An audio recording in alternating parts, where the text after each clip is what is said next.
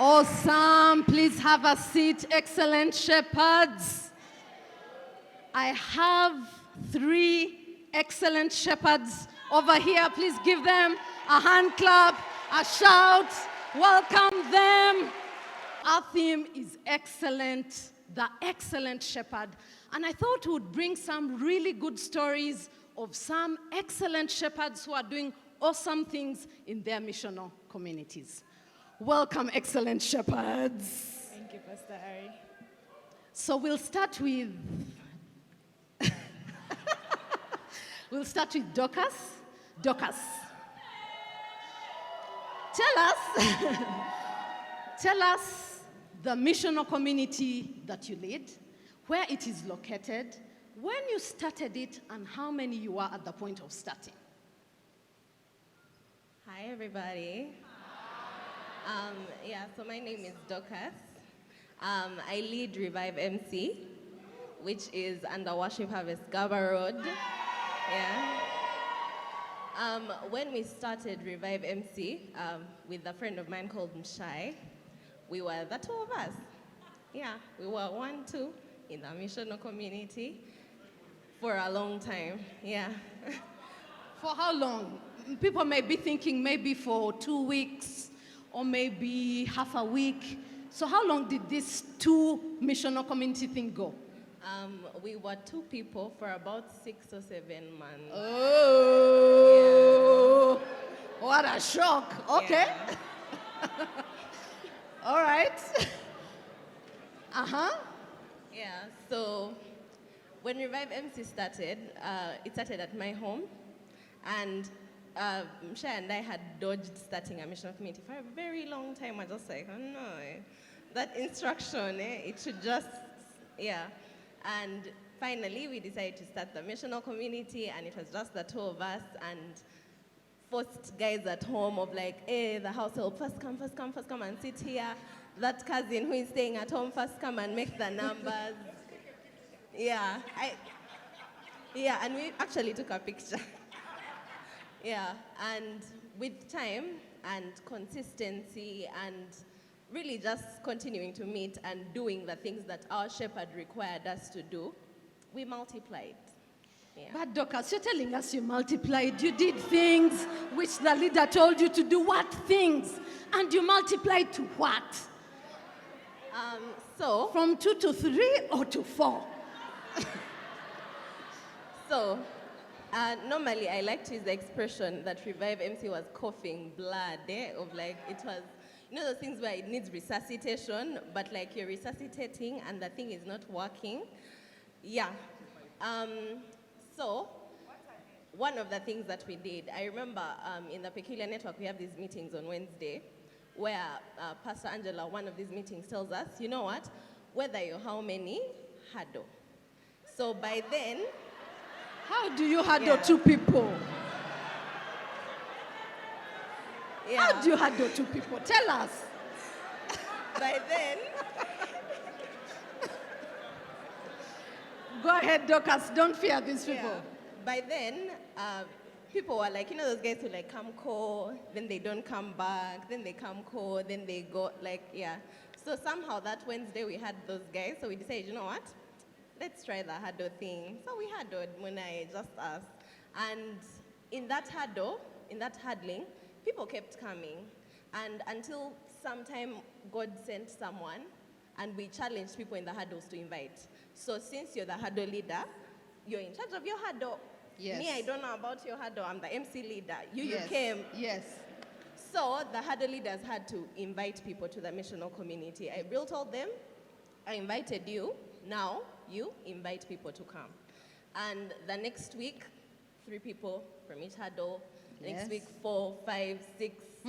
Until suddenly we could not fit in the space. We were 30 people. What? Meeting. Yeah. What? Yeah. From 2 people to 30 people. Yeah. Wow.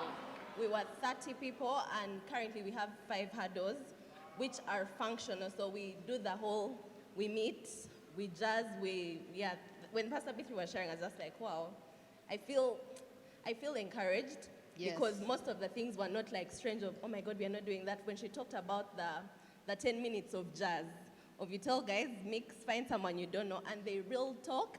And when you're telling them stop, they're like, look, we want to bank heavy, even those people, because our missional community has people who study in the who live in the country. By the country, what you call the village? Up country. Their homes are they up live country. They live outside. So most of them came to university and was their first time coming to Kampala, and they needed a space to, belong. And through the missional community, just that engagement, they got the friends that they need to get through campus, and it was such an encouragement. Wow. Doas, thank you so much. There's something else that you told me about what your huddles actually do and what the huddle leaders do. Can you just share with us, what do your huddle leaders do in practical terms? Yeah. I lead a zone as well. So once a week, we meet with our location pastor. And in those meetings, she teaches us so many things. And from those meetings, I'm just like, look, huddle leaders, it's coming your way. So every Monday, I have a meeting with my huddle leaders. Wow. Every single Monday. And in those meetings, I teach them things. So the things that I teach them, they're supposed to teach the people within their huddles. So when they meet in the huddle, they do what is Jesus saying to you, what are you going to do about it? But on top of that, they don't stop there. They share the things that I've been sharing with them as well. They visit people within their huddles as well, because I visit them. They visit the people within their huddles as well. They buy them lunch, they buy them gifts. Generally, everything I teach them, everything I do for them, that my discipler does for me, they also do for the people within their huddles. Yeah. Wow. The hand clap is welcome. It really is. I had Pastor B3 talk about people serving at garage. And I was like, she almost maybe eavesdropped our conversation, because that's one of the things you said. So tell us about that and people serving at garage. The people in my missional community, as a prerequisite, because I lead a team, I told them, find a team to serve in or be in my team. So if you fail to find the team to serve in, you're welcome. Not you're welcome, you're going to be in my team. So they all serve on a team. Quite a number of them actually received Christ from joining the missional community. And when they received Christ, they got baptized as well, still from joining the missional community, because they didn't understand that, look, the missional community, I come to church, what's the point of salvation? But from that space, they join teams, they serve. Sometimes they arrive earlier than me to garage, and I'm in shock, I'm just like, what? And there's like 15, 20 of them, and they've shown up, and I'm just like, I'm blown away by the obedience. Wow. Doas, lastly, what would you say to these people about being an excellent shepherd? Just 1-2 words, because all these people here are shepherds, they lead missional communities, they want to be even more excellent. What would you tell them, parting shots? My parting shot is one. The thing that you have heard from me among many witnesses, commit this to faithful men who will be able to teach others also, because that is all it is. I feel like it's not a forging thing. Shai and I like to say that Worship Harvest was a missional community. At some point. So the thing that they were doing, they passed on to another missional community, that passed it on to another missional community, which ended up multiplying. We have zonal pastors, we have location pastors who constantly teach and teach and teach and teach. So you don't have to even try to say, oh my God, I'm going to search deep within myself and find what to share. It's there. Open your notebook, attend a sermon, listen to a sermon, and you will have what to share. Wow. Can you give it up for Doas? Yes. So proud of you, Doas. You're doing an awesome job. We'll swing all the way to Collins. Collins, tell us, when did you start leading a missional community? What's the name of your missional community? How many people did you start with? What has been the journey? Yeah, thank you, Mom. Missional community, it's been an experience. We began the MC in July last year, that's 2023, after the rest month. The missional community is called Rema MC. It's in Chireka Zone, led by Pastor Stella Nachuala. Yes, she's a good shepherd Yes. to me and to us. We started as 5 people. We were 3 adults and 2 children. And this went on that was July, August. And it was a little straining on your end because you come and you're being told multiplication, you're Yes. being told adding on, Yes. but then you know the story back home. The story back home is 3 people and two. And these people, you as well have to call them to come. The three. The 3. Wow. Yes, the 3. But through these things we attend that teach on discipleship, Yes. these spaces have grown me a lot.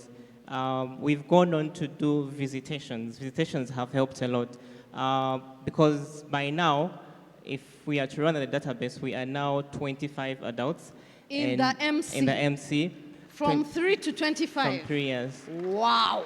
25 adults, and the children are 5. We have a new entrant who was born last year.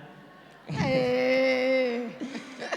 Was born last year. Yes. It's called baby Esther, Yeah. a child to one of our people who is also a testimony to the MC. So God has been faithful.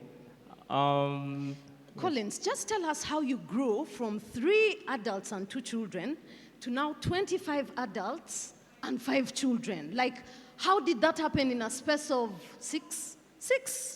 less than 6 months? Yes. How did it happen? I will go once again to hurdles. Hurdles, Yes. Hurdles. Because we realized I couldn't do this on my own. Yeah. Even if there are 3 people, but you still can't do it on your own. You have to do evangelism, you have to do visitations, and then the people in the community, they are beyond the word, they want something to do with their life, which you cannot do on your own. So Yes. when you go visit someone, they'll tell you something is happening with their business, something is happening with their children, and then if you're to take it on your own as you may not. Yes. So what usually we do is we have empowered the huddle leaders. They go to the visitations, they come, and if there is something to do in community empowerment, if there is a business that needs to be supported, we come together as huddles, as the leaders. We have Yes. huddle meetings every Wednesday when we meet up after the MC. We meet up and share what has been told and what we need to do for our MC members. So we Wow. find that what you do for someone, they will actually refer the MC to someone else. Yes. And of course, in the very first instance, they may come wanting for the physical handouts. But then when you teach them to do business, you teach them the word, Yes. they'll keep coming, and then they will encourage someone else. So it's been referrals. You've helped this one, you've empowered them in this area. Yes. They'll refer the MC to someone, and in the next meeting, you're finding a member saying, I've come with this other person, I've come with this other person. It also comes to the Yes. garage attendance, whereby I have a member who usually on Sunday says, Pastor, I've come with 2 more people. Please come Wow. and meet them before service, before garage begins. Wow. So you meet them, you talk with them, you encourage them, you even tell them about the MC. The next time, of course, if there are 2, you may have a return rate that is the retention rate may not be 100%, Yeah. but you may have 80%. So Wow. if in a month they have brought you 5 new people, Yes. you may find the people who are being retained the MC are like 3, Yes. and those coming to garage are like 2. So it continues, and then we are growing Yes. as an MC. Wow, wow. So, Collins, thank you. That hand clap. Thank you. Collins, what I'm hearing you say is that you have working huddles, you have huddle leaders, and these huddle leaders are the ones actually doing the work of visitation and just caring for people, which is awesome. Now, I saw you with a certain book. I don't know where you put it, but tell us about that book and why it is significant. Yeah, my book is at the It's seat. somewhere. Yeah, the book is something I began doing, I think, 4 months into leading the MC. Yes. You'd find that we are growing as an MC, but of course we are coming, many people are sitting an average of 18 people, and everyone is having something to share, maybe in the huddles. Yes. Something happening. So you're having the huddle leaders meet them, and then they're having something to share. So it's easy to forget. At times it's easy to forget because it's people saying it out, and there are many. But Yes. if I have this written down in the notebook, I have a notebook, it just has MC stories of my people. Wow. of my people.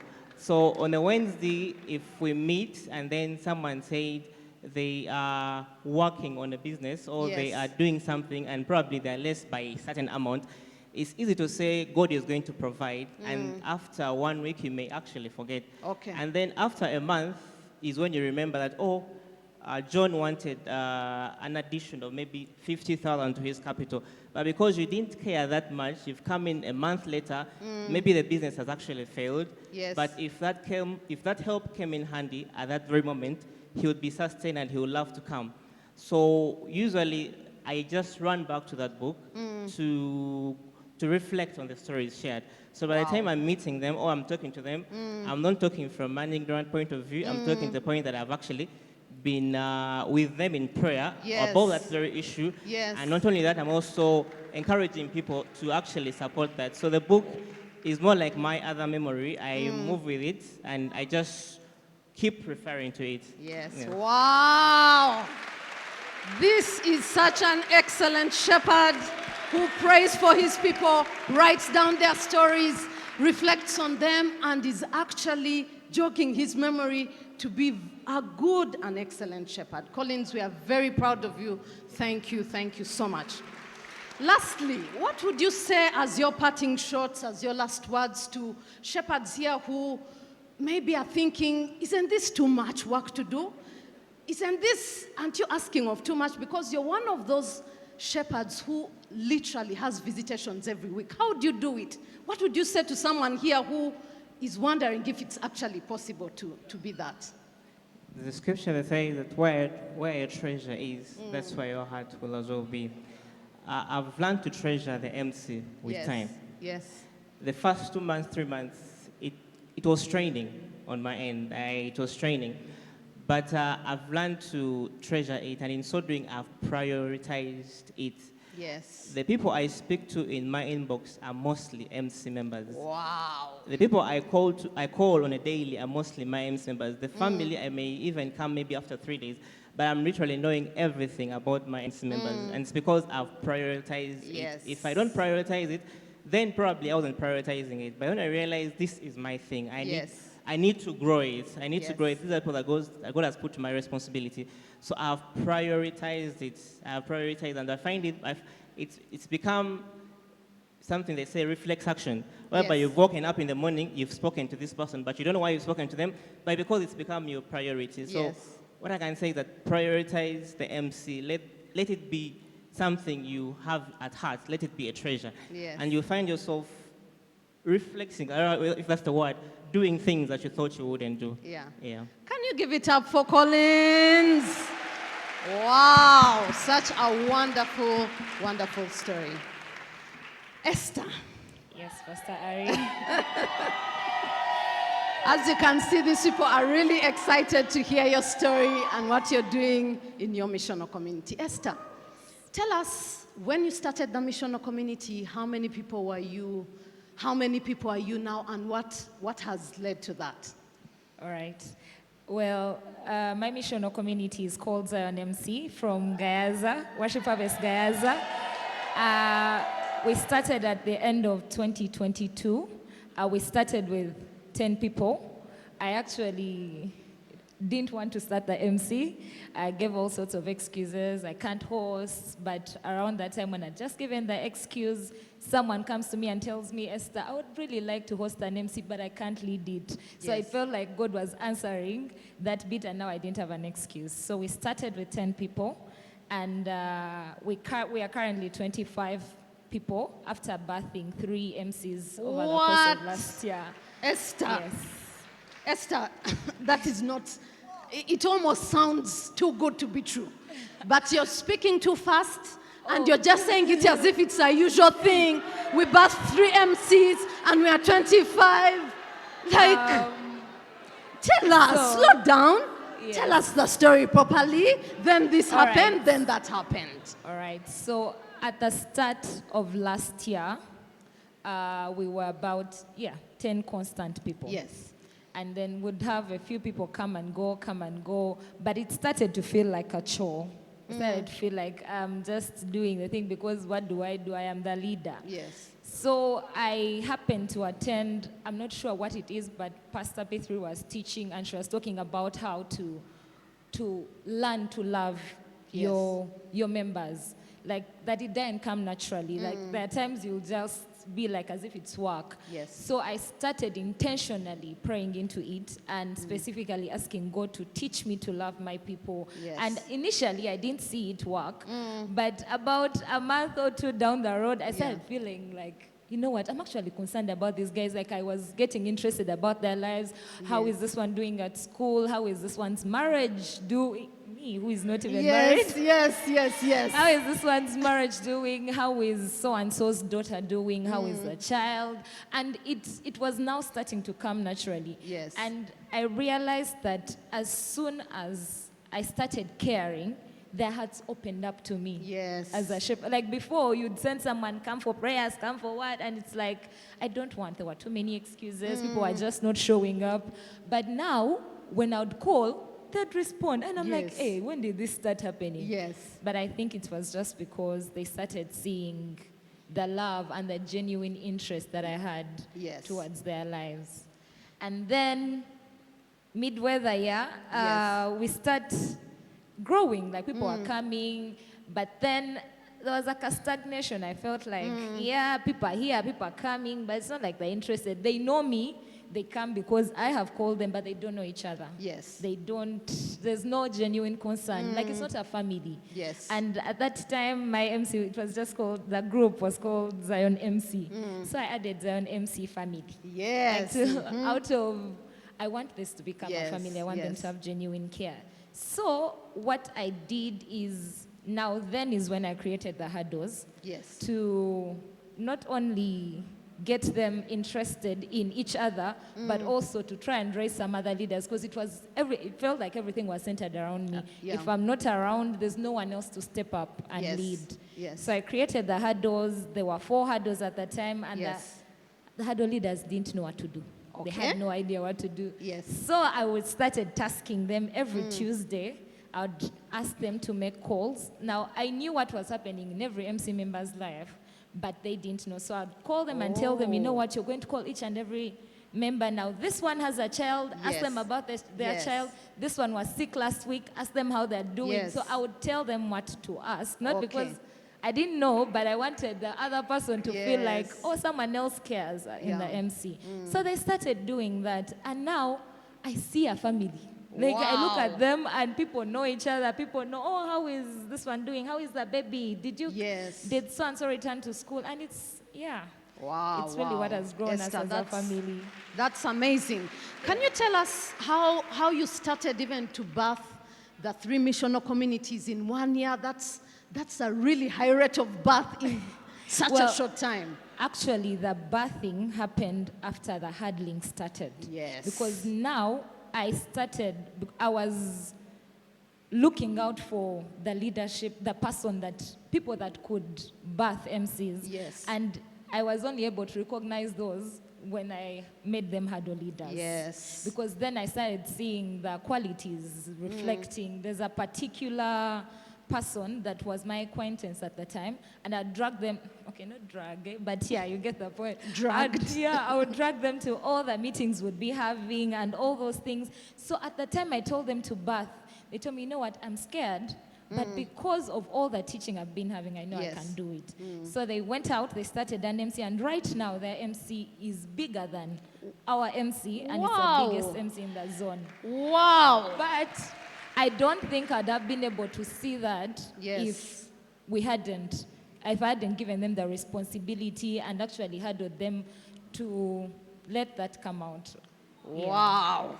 And that's just one story out of the other 3. Can you tell us about the other 2 and how they birthed? Because when you talk about birthing among missional community shepherds, it almost feels like you're getting us out of our comfort zone. We've attached. We are now community. We are family. And now you're telling us, go out and birth. The thing about birthing is that as an MC leader, you'd have to be ready to send out your best. Yes. Because then they're the people that are able to hold and sustain. Yes. So with the other two, it was the same case really. They were huddle leaders. They had a willingness of heart. They were open. Yes. And I just told them the one thing that I realized when I was starting the MC, which is the fact that there's a system. You have a Yes. zonal pastor over you. You Yes. have then there's a location pastor. There's so much to learn. There's so many people that can help you. There's all these teachings you get to learn, and you know what to do. And it's not just you. Yes. Like you just copy and paste. That's what I kept telling them. Copy Yes. and paste. What you're taught is what you do, and Yes. it works. Yes. And the other two are also working now because of that. Wow, wow. Yes. Can you give it up for Esther? So, Esther, Yes.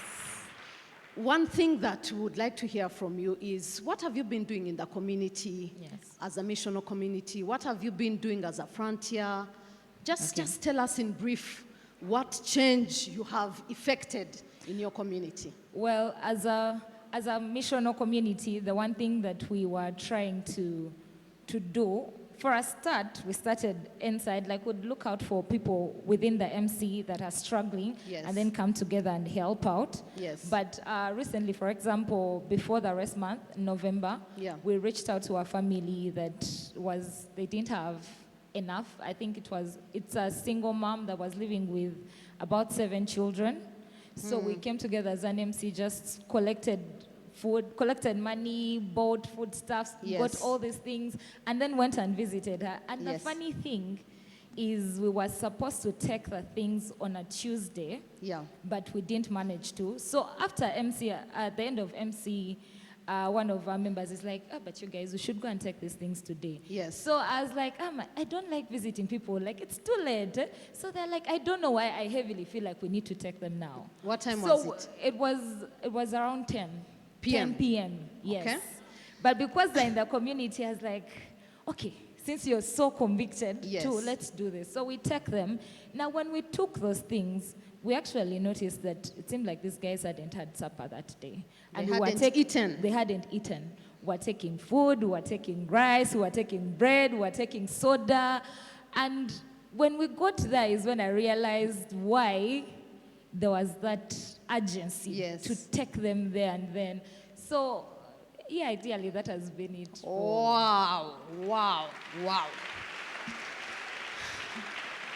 Esther, as one of your parting shots, what would you tell these people, these excellent shepherds who are growing to even be excellent, more excellent? What would you tell them as some sort of advice? The one thing that has really helped me as a missional leader has been taking instruction. Yes. Do as you're instructed. Yes. It works because the power is in the instruction, is in obeying the instruction. Yes.